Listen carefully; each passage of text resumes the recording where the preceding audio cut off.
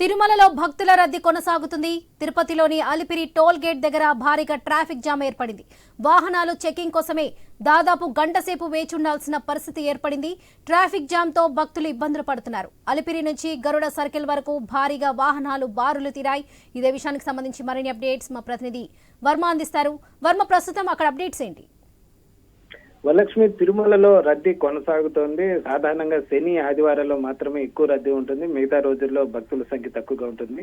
అయితే ఇవాళ కూడా, అంటే ఇవాళ సోమవారం కూడా తిరుమలలో రద్దీ అయితే భారీగా కొనసాగుతున్న పరిస్థితి. స్వామివారి దర్శనానికి 15 గంటల పైగా సమయం పడుతోంది. టికెట్ లేని భక్తులు దర్శనానికి వెళ్లి రావాలంటే దాదాపు 15 గంటలు వేచి ఉండాల్సిన పరిస్థితి అయితే ఉంది.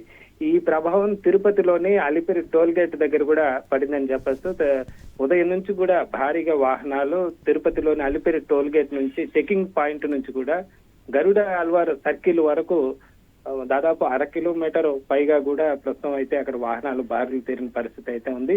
దీంతో కేవలం అక్కడ చెక్ చేసి వాహనం వెళ్లాలంటేనే దాదాపు గంట సమయం పాటు పట్టాల్సిన పరిస్థితి అయితే ఏర్పడింది. దీంతో ట్రాఫిక్ ను క్లియర్ చేసేందుకు కూడా అటు పోలీసులు, టీటీడీ సిబ్బంది కూడా కృషి చేస్తున్న పరిస్థితి అయితే ఉంది. మరోవైపు తిరుమలలో కూడా రద్దీ కొనసాగుతుండటంతో భక్తులకు వసతి గదులు పొందేందుకు కూడా ఇబ్బందులు ఏర్పడుతున్న పరిస్థితి అయితే ఉంది.